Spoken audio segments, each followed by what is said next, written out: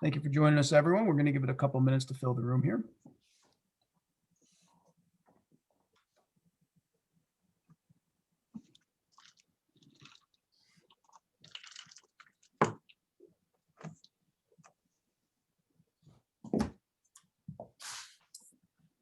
Thanks again, everyone, for joining us. We're going to give it about another minute or so to fill the room.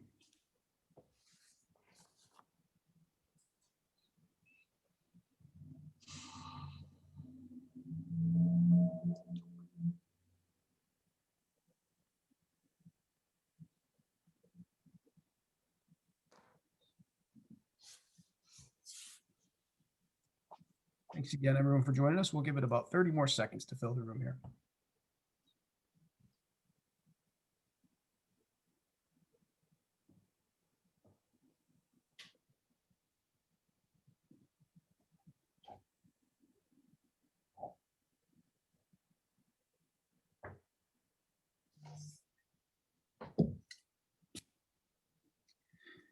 Good afternoon, everyone. Thank you for joining us once again for our weekly Wednesday webinar series. Today's webinar is on the Hemophilia Treatment Center Patient Satisfaction Survey. My name is Brett Spitali. I'm the Vice President of Advancement here at the National Hemophilia Foundation. At any point during the webinar, if you would like to ask a question, please use the Q&A feature at the bottom of your screen. We have NHF staff members monitoring these questions, which we will pose to our presenters after the presentation. This webinar is being recorded and will be available to the community beginning on Friday, April 30th. I'm joined today by Dr. Judith Baker, who is the Public Health Director at the Center for Inherited Blood Disorders, and Brenda Riske. Thank you both again for taking the time to join us today, and I'll now turn it over to you to get us started. Well, thanks very much, Brett, and thanks to the National Hemophilia Foundation for sponsoring this webinar. I'm Judith Baker, one of the founders of the Patient Satisfaction Survey for the U.S. Hemophilia Treatment Center Network. This initiative we often call the PSS. And with me, I'm delighted to say, is Brenda Riske, another one of the PSS founders. And we're very excited today to share with you the PSS, specifically the third national survey.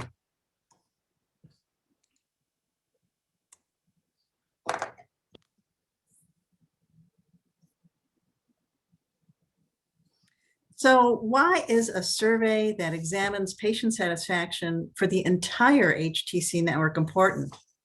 And what's the value of conducting nearly the same survey every couple of years? Well, first, patient satisfaction is a key way to measure the quality of care. PSS results can help document the impact that HTCs have on patients and families.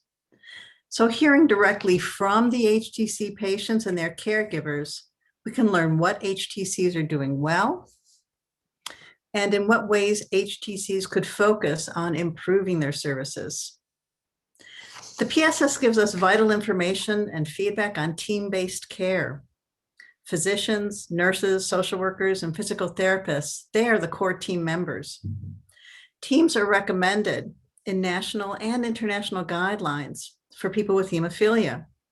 And in the PSS, the patients and caregivers tell us how satisfied they are or dissatisfied with the team members. Next, having a survey that's nationally uniform is important. The PSS is open to all HTCs. So the PSS is uniquely allowing us to describe national HTC network as a whole from the patient's perspective throughout the entire country. And conducting a survey that is really important, and it gives us information over time. We're going to give you information about what we learned about the PSS in 2014 and 2017, and then we're going to end with a call to action. So in brief, the PSS, the patient perspective, is absolutely critical.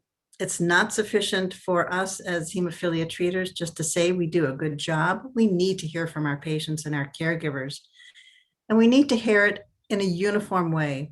It's wonderful that HTCs, some individual HTCs do conduct their own patient satisfaction surveys, and those are very valuable.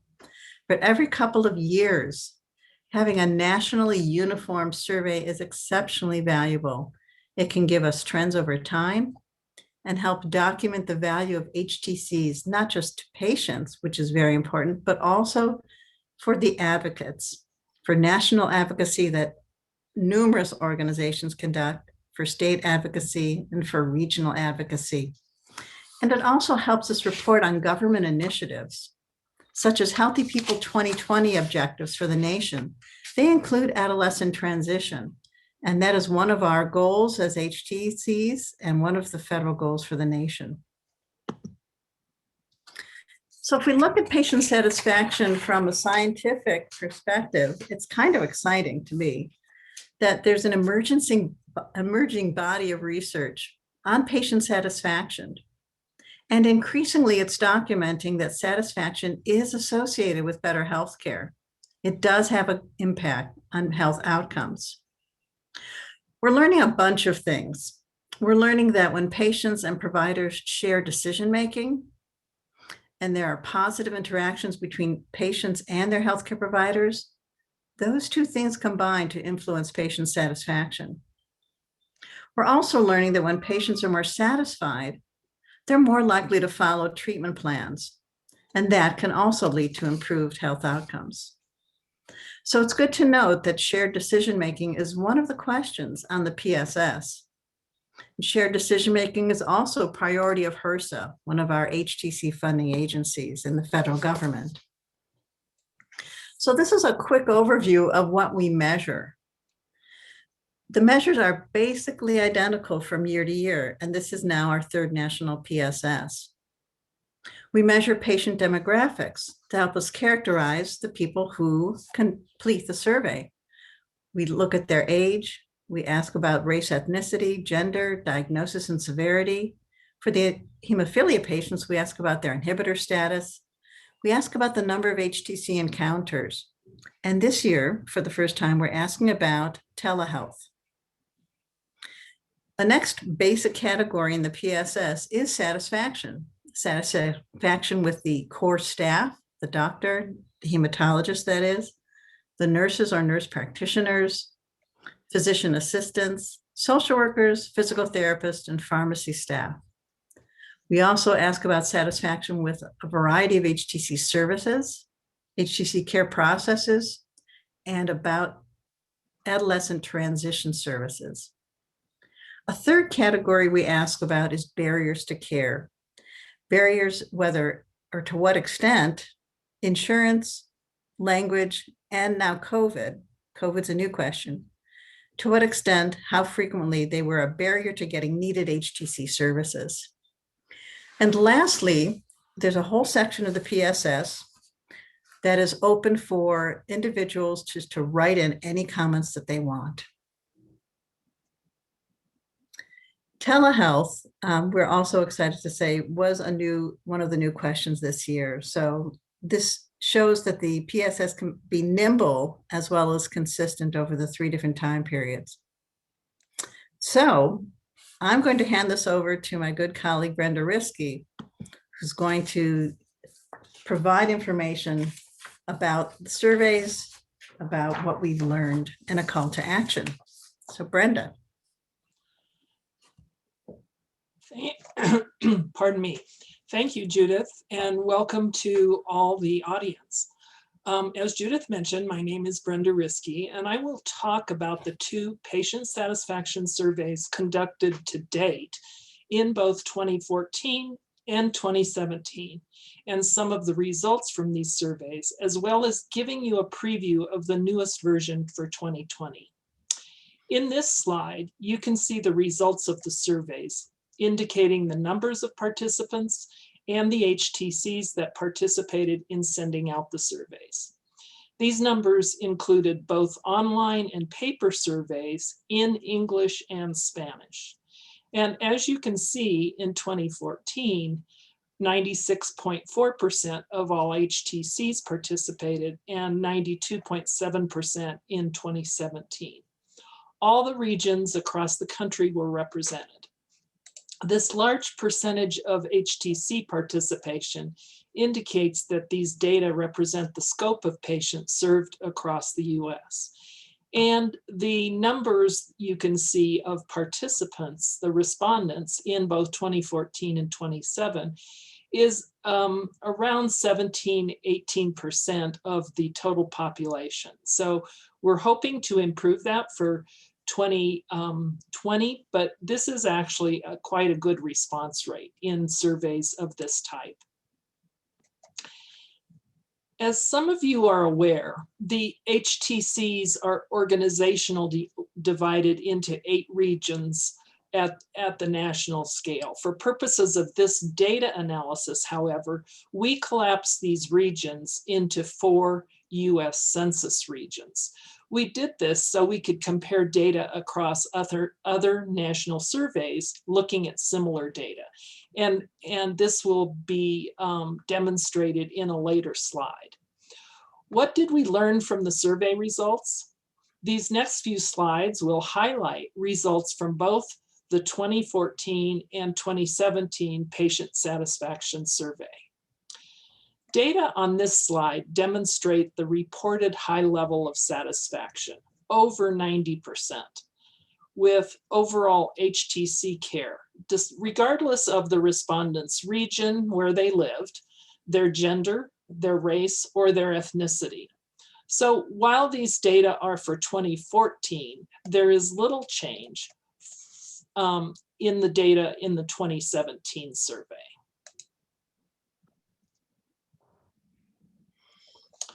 Okay, on the left column, documenting patient satisfaction with HTC processes. Greater than 95% of the respondents reported being always or usually satisfied with 5 key HTC processes that you see here: getting needed care, needed information, etc. In the upper right column, you will note that between 82 and 91% of respondents reported being always or usually satisfied with care coordination, both with primary care providers and with specialists. Then in the lower block, you will see that 88% of adolescent respondents reported always or usually satisfied with HTC teen transition services in 2014, and that increased to about 95% in 2017. This included responses from 825 teens ages 12 through 17 in 2014 and 786 teens in 2017. And this is where I mentioned about the issue with, oh, the previous slide, Judith. This is where I mentioned the issue with the 4 US Census regions, that when we compared the teens served by the HTC, this high level of always or usually satisfied was not mirrored by results from national surveys from clinics serving children with special health care needs. Those results were 17%, according to a 2018 article in the Journal of Pediatrics. So that is one of the values of making these surveys comparable and looking at the data in a way that makes them comparable across other healthcare issues, diseases, or complications.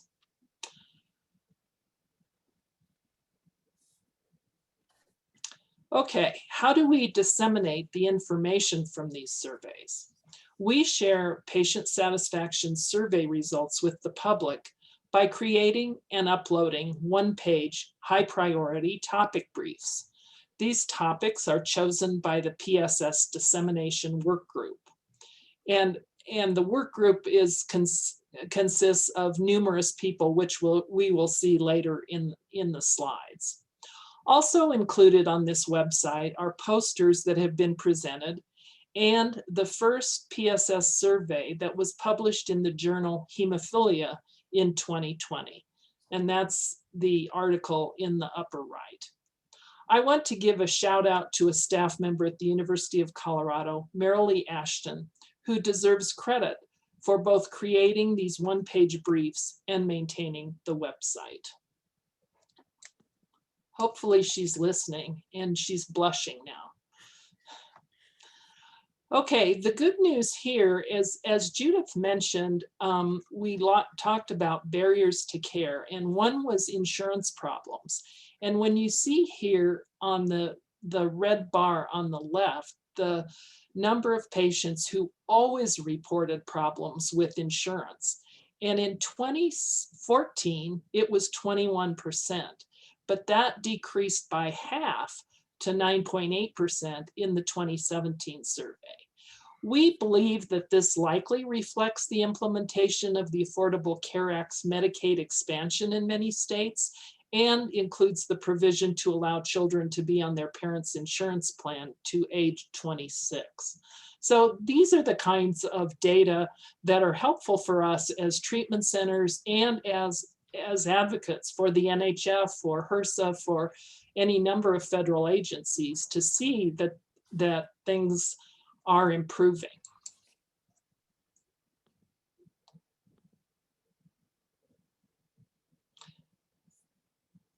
Okay, the PSS planning, execution, and analysis of a single survey extends over a full year. In 2020, we added 2 new individuals, Kaveh Shabtai and Virginie Siriana, to the PSS steering committee for their specific skills in public health and data management, respectively. For the new survey executed this year, we followed the timeline that was successful in the 2014 and 2017 surveys. Please note that we name the surveys for the years they are evaluating, not the year that they are implemented. So this third survey is asking the patients to respond to their HTC care in 2020, even though the survey is distributed and completed in 2021. Once data collection is closed, the next activity is finalizing the data and transcribing the handwritten comments. Final data and reports were and will be provided to all participating HTCs by mid-October. So each of the hemophilia treatment centers gets their own data. They get the regional data and they get national data. So they can compare themselves to both their region and the national responses. All data are de-identified and surveys are completed voluntarily and anonymously. So there are no concerns about patient confidentiality.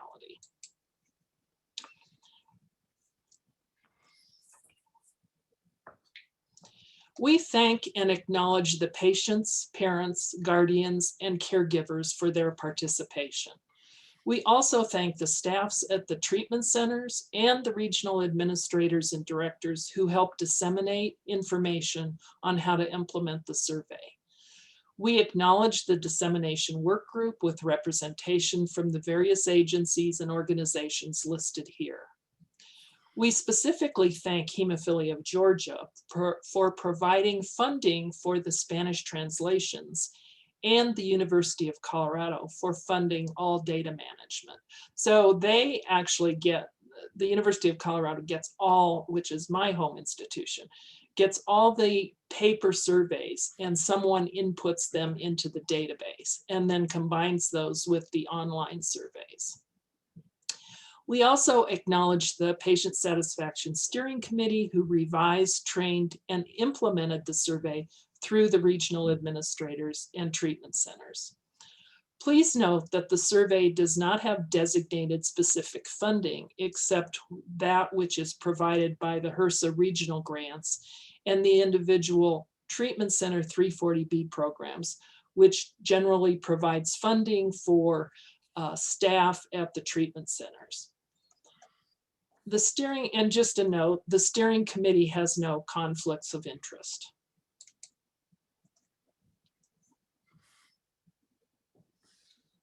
Finally, the call to action that Judith mentioned is for participation by patients and their caregivers in this third U.S. Hemophilia Treatment Center Patient Satisfaction Survey. We encourage everyone to share this information with families and friends in the bleeding disorders community. Pardon me. This webinar, and we have sent out information to both the treatment centers and the chapters to be able to disseminate to patients to encourage them to participate. So we're trying to get as robust a response as we can.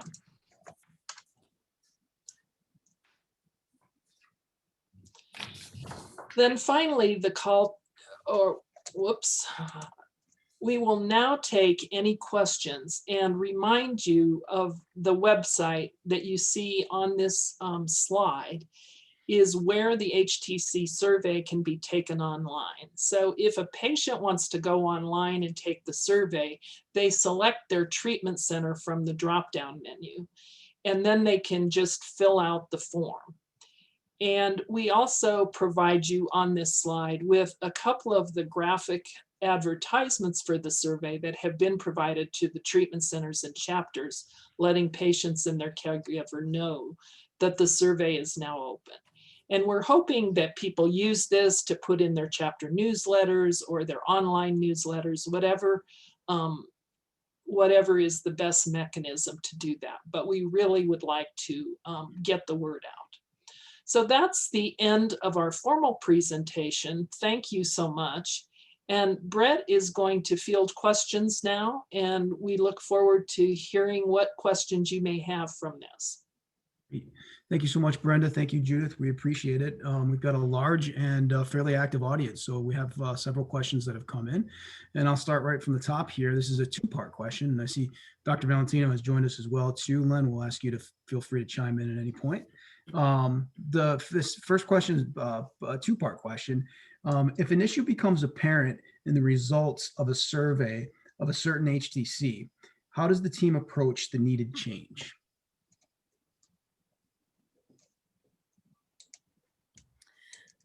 Well, typically this is done by the team itself. The HTC staff from the treatment center on down to the core staff receive the reports that Brenda mentioned. They will receive all of the results from their own survey compared to the region, compared to the nation. The regional administrators will also receive a copy of all of the reports and the data from each of their own regions. And this includes the typed in comments, both in Spanish and English. And we do have the survey translated into Spanish. All three versions of the survey were, and we translate the comments from Spanish.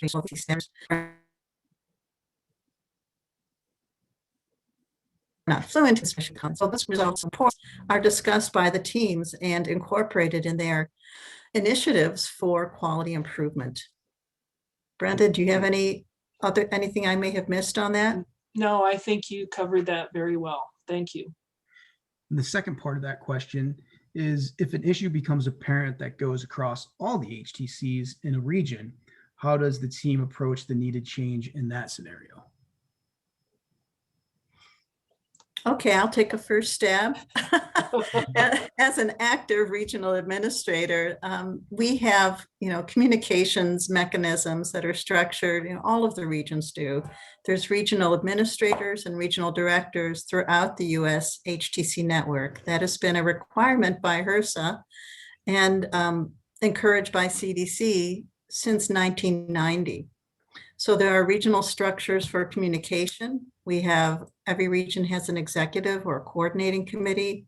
There are regular meetings with the regional leadership team. There's periodic formal reviews of each individual treatment center. This is a wonderful, frankly, we welcome this. We welcome all feedback so that we can add that to other existing feedback mechanisms to point the way and shine the light as to where do we prioritize improvements that need to be made. So this is shared these will be shared with our regional executive committees as well.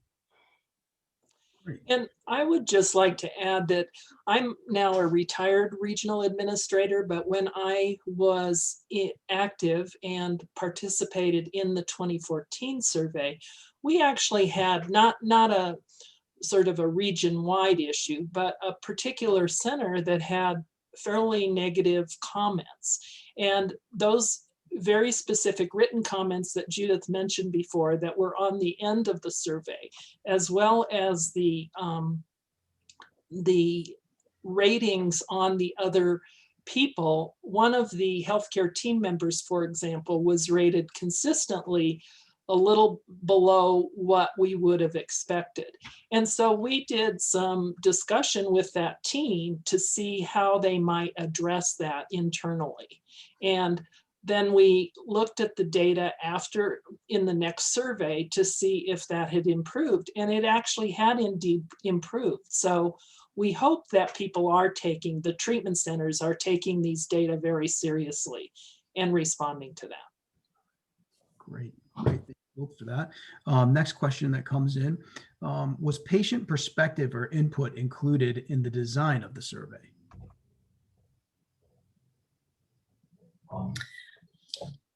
This is an area that we can improve on, to be really honest. We do have at least one member of our, well, actually, there's two ways I could answer that. One, we could always do better. Number two, we do have some community members / patients who are among the regional administrators, and we did get their feedback as to what should be included in the PSS throughout the time periods. And we have members on our PSS dissemination work group who are also community members / patients, but we can always improve. Great. And I would say that for the 2014 survey, we did actually give it out and did a little initial focus group, I guess, not focus group, but test group that took the survey, and we took their responses and their comments back and tried to improve it. One of the issues that Judith mentioned is the survey is based a large part in other surveys that are national in scope. So while we could again do a better job incorporating patient input into the design of it, we had to, first of all, now we're at the third iteration of this process. And so we don't want to change it too much from time to time, but we have taken, we can do better. Let me just leave it at that. Great, thank you. The next question comes in from one of our chapters. If we have community members who want a hard copy of the survey, how do we get them? Hi, I'll help address that. We've actually sent it, all of the centers have been encouraged to send out or mail, physically mail the survey to their, to eligible patients. And when I say eligible patients, I mean patients with bleeding disorders. We know that patients with inherited clotting disorders, there are many of those individuals who are cared for at the treatment center, but we specifically wanted to focus this national survey on first the bleeding disorders patients. So we did indeed ask the centers to mail them out just to the bleeding disorders patients. Handing them out chapters, that's a really interesting question. We really want to make sure that that the individuals surveyed are getting their care at an HTC. And we know that many people beyond just HTC patients get services from the HTC, from the chapters. So while that would be an interesting thing to consider, we'd really need to give that some thought so that we're really just focusing on the care that people are getting at their HTCs. Brenda, any thoughts on that? No, I agree. It really is evaluating the satisfaction with the care people receive at their HTCs. And all HTCs send this out to, well, nearly all the HTCs send this out to their entire patient list. So we really have the implementation process going through the treatment centers, not the chapters. Great. We've got a question that has come in through the chat, and maybe just a point of clarification here, if you can comment on this. The survey is the survey for all bleeding disorders, not just hemophilia, by all meaning VWD, platelet disorders, Glanzmann, etc. Hi, well, thankfully, I have a copy of the survey in my hand so that I can answer that with some knowledge. So it's a partly yes, partly no question. Absolutely VWD. We also allow people to let us know whether or not they have another factor deficiency or quote, another bleeding disorder, as well as to say, I don't know what disorder I have. So again, we've asked the clinicians to send it out to all their folks with hemophilia, VWD, other factor deficiencies, and quote, other bleeding disorders. Another question that has come into the chat. Do any participating HTCs require their IRB to review the survey before implementation? Yeah, I'll take that. Yes, even though because the survey has its genesis at the University of Colorado and we send it through the IRB at the university has consistently said this is program evaluation, and because it's anonymous, has no patient information, and is evaluating a program, they feel like it is exempt from IRB approval. However, we do send it out to all the treatment centers, and most of the treatment centers send it through their local IRBs. And again, they may get back that it's just a process evaluation and a program evaluation and doesn't require approval, but I would say 99% send it through their own IRBs. Great, thank you. And this one is a little bit of a longer question, so bear with me here. And if you need me to go back, I'll be more than happy to. Please describe conflict of interest disclosures to patients when discussing 340B program services and access to factor utilization. And please describe how the steering committee is free of conflicts when several are staff members of 340B programs. I'm just scribbling the question as I get it. Sure, no, I can read it again, Judith. No, I got it. Okay, great. Thanks. Sure. So those are two separate, somewhat related, but separate questions. So if I understand the first question right, please discuss or describe conflict of interest disclosures when discussing 340B factor programs with Correct. patients? Correct. Well, that is an HTC operational matter that really, I'm not sure how that bears upon the PSS, except to say that we did add a 340B question in 2017 to the survey, which asks about satisfaction with 340B pharmacy services. But the question that the individual is asking about how that's managed, I think that would be a separate discussion that I really don't think I could do due diligence to it as part of this particular webinar. I don't mean to dismiss it whatsoever, but I really think that that deserves some real thoughtful consideration, and perhaps that could be a topic of a future NHF webinar. Sure. Great. Thank you, Judith. We appreciate that.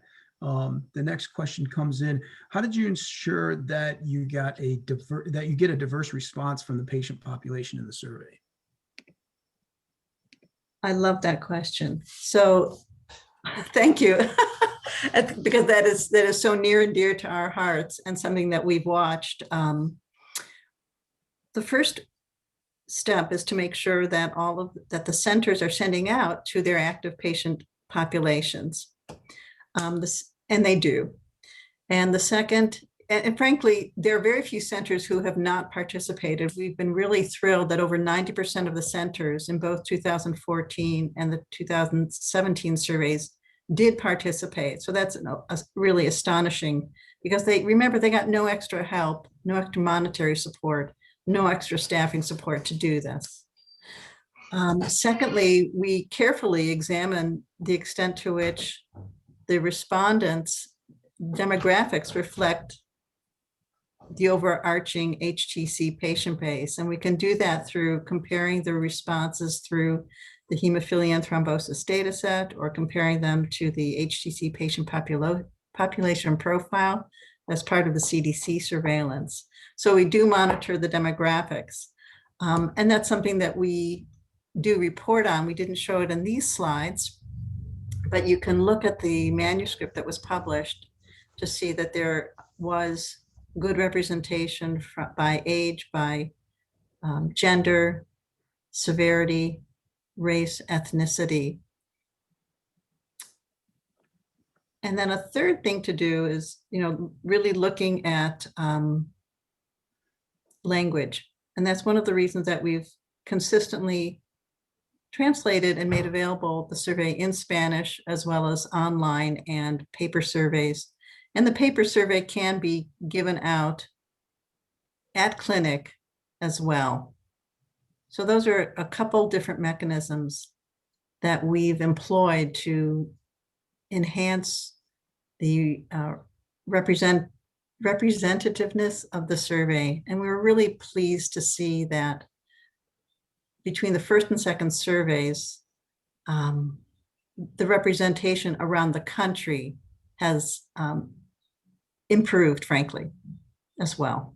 So no one region is dominating, so to speak, the responses. Brenda, did I miss anything?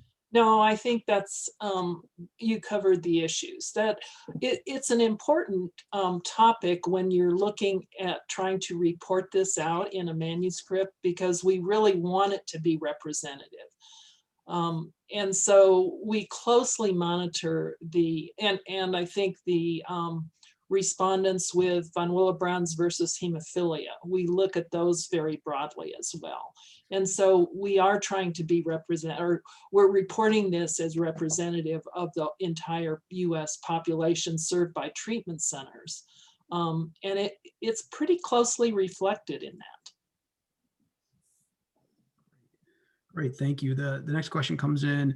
Are the summaries of the survey shared back to the patients? And if so, how do you do that? So I think the bottom line is we can always do better. We've specifically prioritized making the survey results available in patient-friendly, just plain language. And we prioritized getting that information out on our website in the mechanism of these one-page profiles and briefs that actually I'm going to go back a couple slides and show those. You can actually click on these, colorful, each one is colorful, each one is just one page. We get comments back from our dissemination work group, and we initially identified, what would be the 10 top topics on which to create these one-page profiles. And these are the profiles that are available. Whoops. And then we pulled our energy together to provide the results in the form of a manuscript that could be accepted for peer review by a journal that's peer reviewed for dissemination throughout the planet. So patients, we made it a real point to get these one-pagers, as we call them, up on our website. And we also post to our website the posters that have been accepted and presented at the national meetings, such as the National Hemophilia Foundation, HTRS, the Athens Data Summit. So this is a real priority of ours to get these results out in a patient-friendly fashion. And I would just say that we encourage any chapters or any patients to look at these anytime, or print them or include them in newsletters, whatever is needed, but this is an important priority for the dissemination work group to get the data out to patients and share it as broadly as possible. I mean, we're really pleased that the CDC and Athens, the Hemophilia Alliance, have used some of these, the National Hemophilia Foundation, and they've posted either these in part or in whole in their various newsletters. So we're really grateful for our partners for getting out the information as well. And also to the HFA, I want to give a shout out to them. They co-sponsored a CDC webinar on the first patient satisfaction survey. And we are, just grateful for all of our colleagues, and even the Foundation for Women and Girls with Blood Disorders. I saw a shout out about this particular webinar that was happening today in their spring newsletter that was just disseminated yesterday. So if there are additional ideas that people have, we would love to hear them. Great, thank you. From our chapters, they're wondering really how they can help support. How can they promote it? How can they share it? Oh, great. Thank you for that. We have created some promotional materials, both on social media, newsletter content, these advertisements, this promotion that we've made available to the chapter leadership. And we will have a discussion with NHF chapter staff leaders within the next week or two, so that we could answer any questions about how best to promote. We actually intentionally waited until about now to get that information out to the chapters, because we wanted the HTCs to have the time to send it to their local IRBs as they needed, and to have the time available to put together the mailings. This is no small task.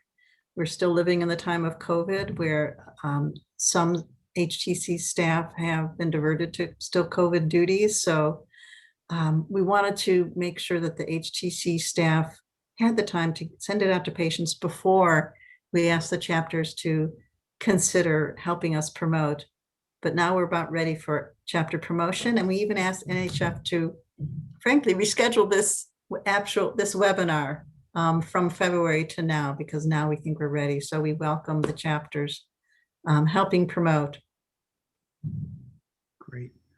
The next question comes in. Does gender include gender identity or simply male, female? We paid attention to that. We, as part of the revision for the third survey, we looked to the US Census as it stood. And we did indeed add a category other and a category of, in this iteration of the survey, we have always had a category prefer not to answer in the 2014 survey. So we really try to mirror the responses to other national surveys that are out there so that we can compare. Great, thanks, Judith. Next question comes in. How can our industry partners support your efforts here?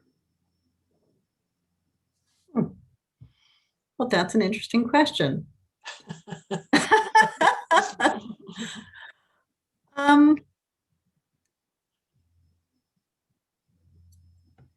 Boy, you just really caught me. That's such a great question. Brenda? I'm a little stymied myself. I mean, I guess just in, recognizing when you meet with treatment centers and chapters that you're aware of this and you're enthusiastic about their participation, and just being, supporting the participation of any of the organizations. That's the best I can come up with on the fly. I have some suggestions on the fly. One is to, have somebody consider skimming through the published manuscript and or the other materials that are available on the website that give you the results.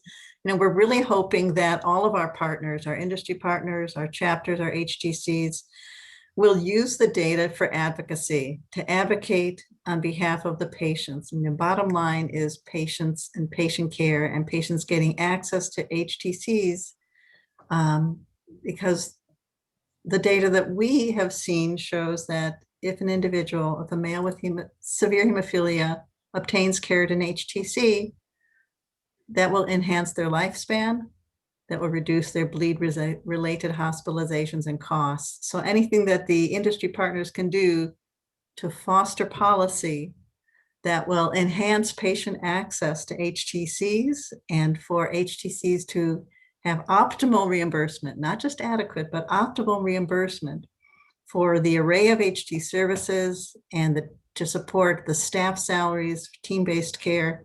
We encourage our industry partners to join with us advocating for the continuation and the strengthening of patient access to the full array of HTC care. Great, thank you.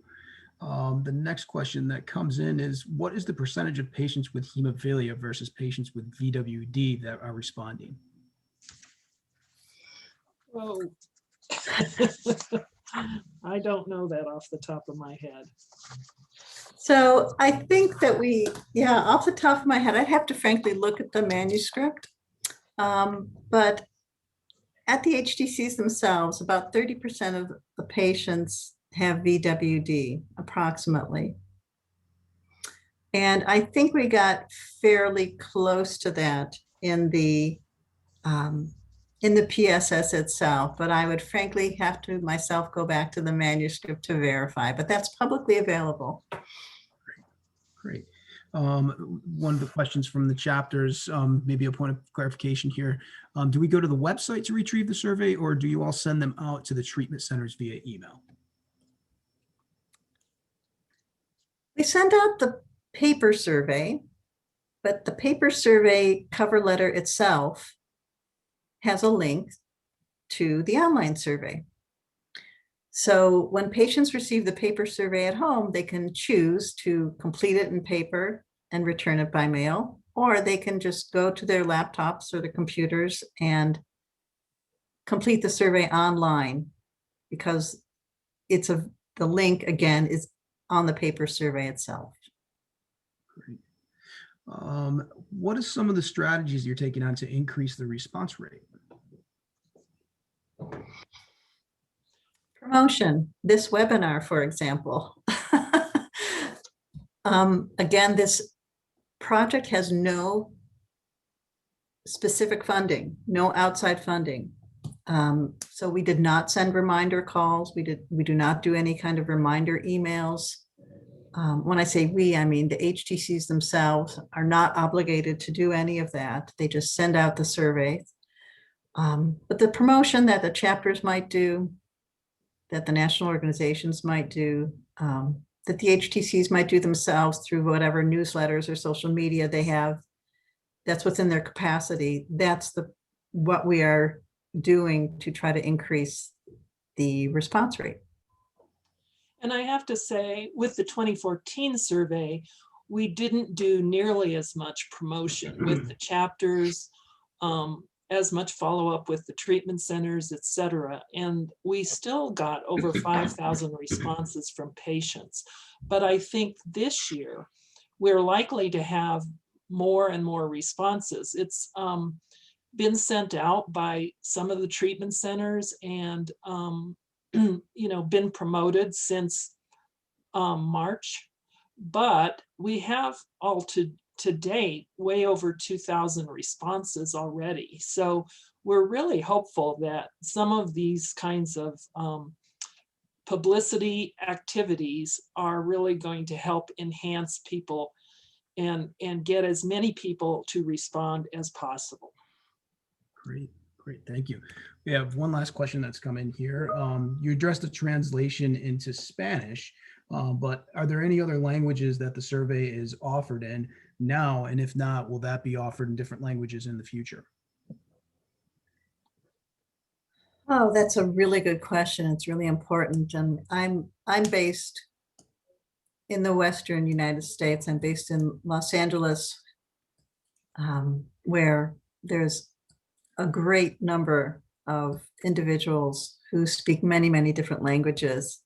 And it's not something that we have considered seriously at this point, but it's certainly something that we can consider for the future. Brenda? Right. I mean, you may or may not realize that translation needs to be done by an accredited translator. And then the form needs to be put into the online form, etc. And that's not always a simple process. So we made a determination early on that we would offer it in Spanish and English only. That's not to say in the future we wouldn't have other options. It's just what other language would be a third predominant language.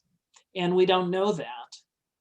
And so we haven't made any moves in that direction, but we would be open to suggestions and ideas. We honestly don't know how to capture that kind of information.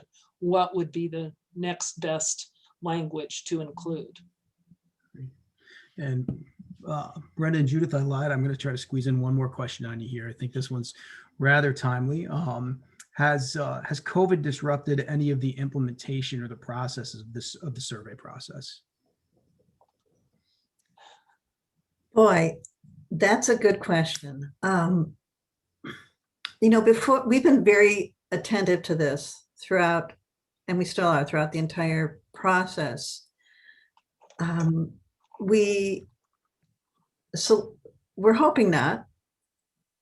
We are anticipating that there might be fewer surveys this time, but there might be more because people are at home. People's lives have been disrupted in I would say horrific, terrible, difficult, a multiplicity of ways. This might be the last thing they would want to do. On the other hand, telehealth, which has advanced at centers where it had already started and started at centers where it hadn't. Telehealth has had a positive impact, according to many patients so far that we have heard, that it's really allowed patients to increase their access to their center staff. And then we've heard that anecdotally, not through this survey. So we are hoping that patients will find this an opportunity, find that COVID presents an opportunity for them to let us know what's happening. The center staff have been challenged in ways that have been unprecedented. So for them to fit in the time to do this is a concern. We've only heard that maybe 1 or 2 centers so far just don't have the staff capable, but that's no different than the previous years. And even before we agreed to move forward with this, we had all of the administrators reach out to their centers, and all of the centers said, yes, this would be very valuable. And they did that reach out back in the fall, last fall. So I hope that gives you a bit of a flavor of that we've been very mindful about this. And we've been tried to be very reasonable with the centers as ever in making this as manageable as possible. But the centers themselves are telling us that this is very useful. Brenda, what did I miss there? No, I think you covered it. Thank you. Well, I'd like to thank you, Judith, and you, Brenda, for taking the time to join us this afternoon. We certainly appreciate your time and your expertise that you've taken to present to the community. And I'd also like to thank each and every one of you for joining us. Please note that this recorded webinar will be available on Friday, April 30th at hemophilia.org under the events tab with all of our other archive webinars. Also available in the events tab is our upcoming schedule for our weekly webinar series. Brenda and Judith, thank you once again for joining us. We truly appreciate it. And everyone have a wonderful afternoon. Thank you so much. We're so grateful. Yes. Thanks, everybody. Thank you.